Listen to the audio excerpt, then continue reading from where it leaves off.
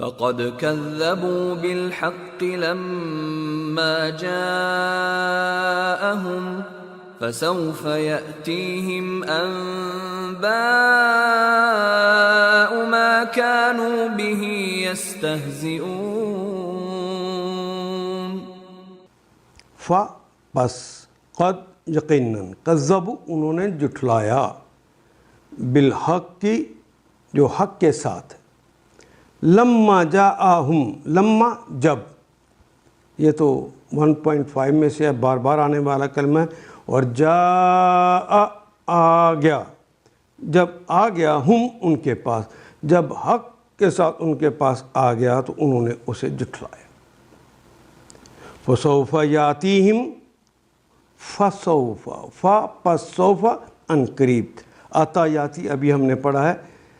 یاتیہم تو ان قریب آئیں گی انباء نبا کی جمع ہوتی ہے انباء. نبا کہتے ہیں اہم خبریں. ان قریب ان کے پاس آئیں گی اہم خبریں ما کانوا بہی ما جو کانو تھے بہی جس کے متعلق وہ تھے یستہزئون استہزاء کرنا ٹھٹھے کرنا مذاق اڑانا.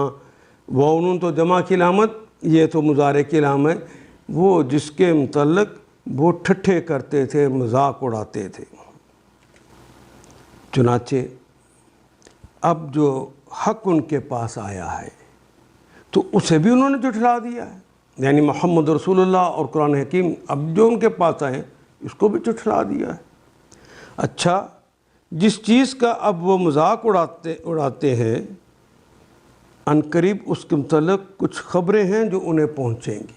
ان آیات کو ایک دفعہ پھر تلاوت خود کیجیے. عربی مبین پڑھتے ہوئے دیکھیے کیا بات پوری اندر اتر رہی ہے. کیا یہ اردو کے سانچے میں ڈھلتی گئی ہیں عبارتیں.